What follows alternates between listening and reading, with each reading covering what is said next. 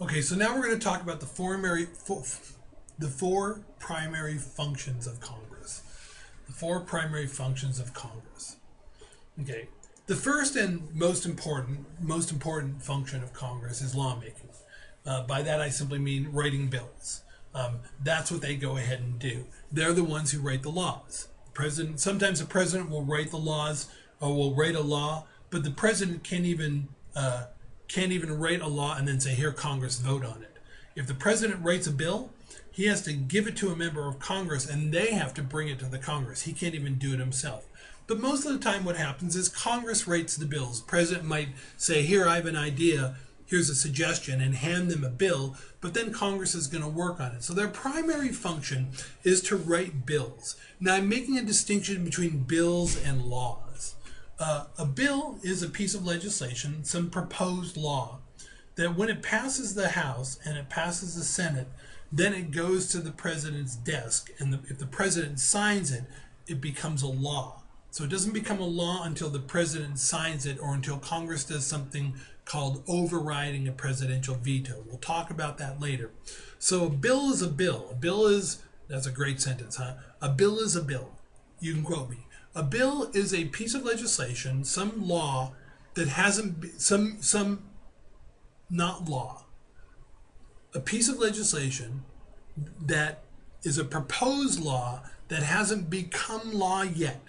So a bill, if it goes through all the procedures that it's supposed to go to, becomes a law.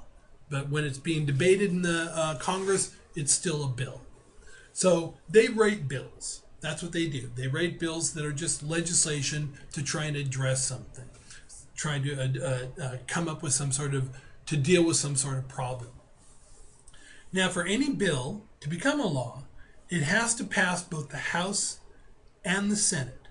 And it has to pass them both before it can go to the president. Okay, but it has to pass the House and the Senate. A bicameral legislature. It has to pass the House, it has to pass the Senate before it can go to the president. So that's their main function. Their main function is to go ahead and write laws. That's what they do. Now, they have other functions as well. So part of what they do as part of writing laws is they have to vote. They have to either vote in favor of something, they have to vote against something, and that's part of their job, part of their function. But as it turns out, there are different sort of theories or ideas about how members of Congress should vote. In other words, what they should be thinking about when they vote, how they should be thinking about their relationship to their constituents. Well, what do I mean by that?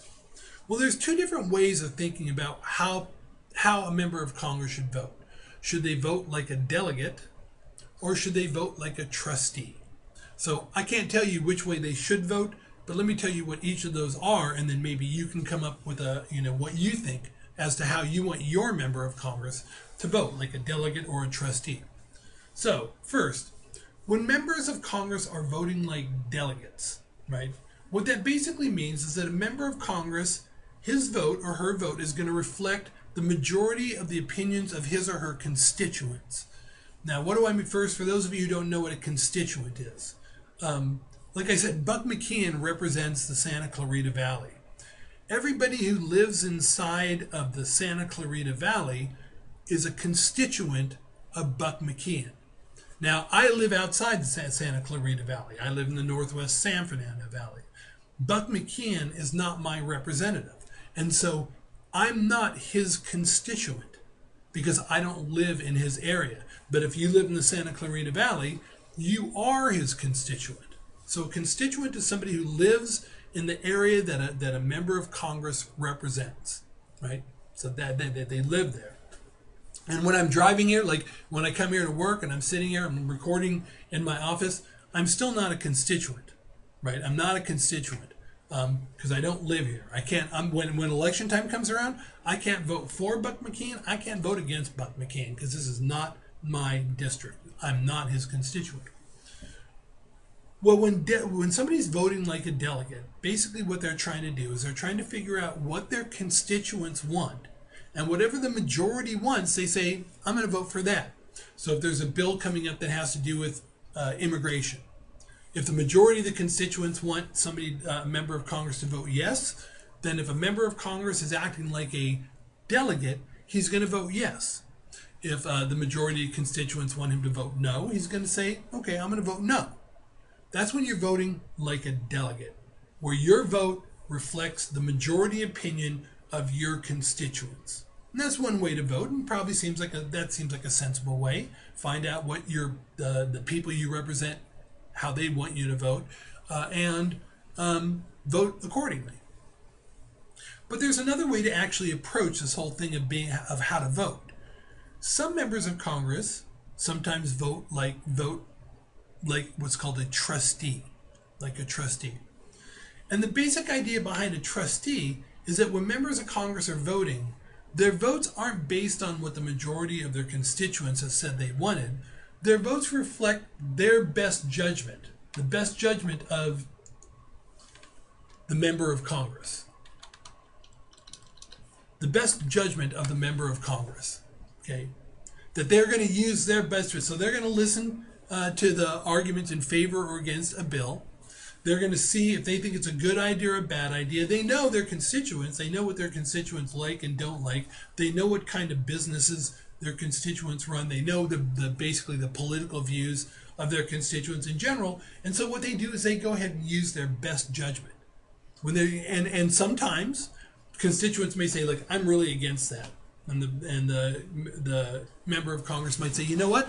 Here's the thing. I think ultimately this is good for us. So I'm going to rely on my own judgment instead of what you think is right or wrong. And a lot of times, members of Congress have more information than their constituents. And so it may make sense at times to go ahead and for them to say, look, you know what? I'm going to vote in a way that you think you don't want. But later on, you're going to find out that I'm right. And then you're going to be happy. So voting like a delegate means that you're voting basically the way the majority of your constituents want. When you vote like a trustee, you're voting based on your best judgment as a representative. Now, do members of Congress behave more like delegates or more like trustees? Well, as it turns out, it depends. It depends on what issue is being discussed in the House or the Senate. So let me give you 3 different things that affect whether a member of Congress is going to act like a delegate or a trustee. First, the closer the next election is, and you know what, let me see if you can figure this out. What do you think? The closer that you get to the next election, so let's say instead of being a year away from the next election is coming up in a month. If you're a member of Congress, are you going to act more like a delegate or a trustee? Right? The next election coming up is in a month. Are you going to act more like a delegate or a trustee?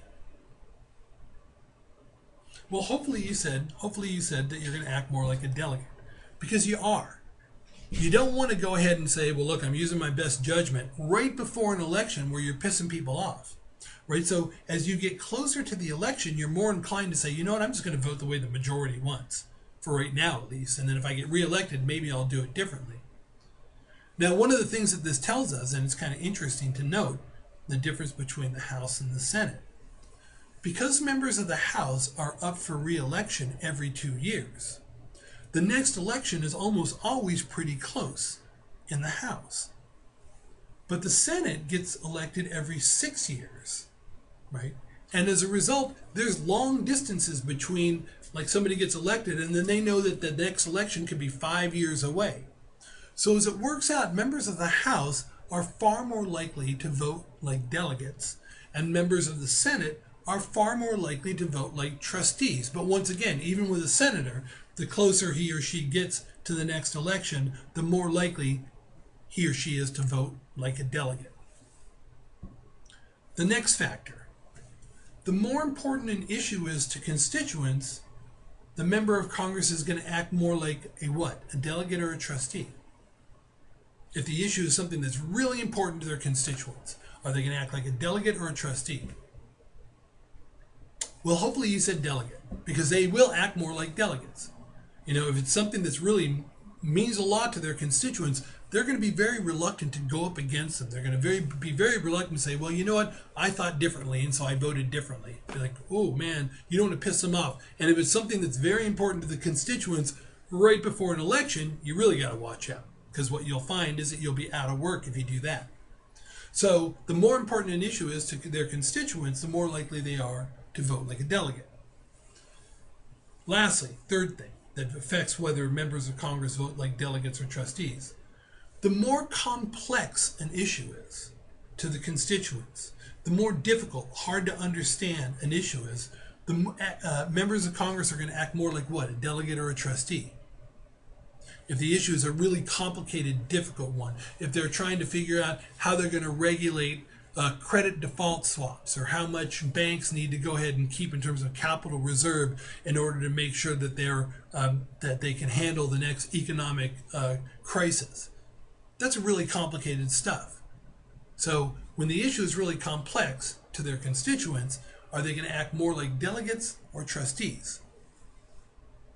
Well, hopefully you said trustees, because they act more like trustees then, because they have more latitude. They can their constituents don't really understand it, so they can go ahead and they can sort of use their best judgment. And because most constituents don't even understand the issue, they really can't get mad about it. In that case, they can't get mad because they don't really fully understand it. So, delegates, members of Congress, the closer the next election, the more likely they are to act like a delegate. The more important the issue is to their constituents, they're more likely to act like a delegate. The more complex the issue is to their constituents, the more likely they are to act like a trustee.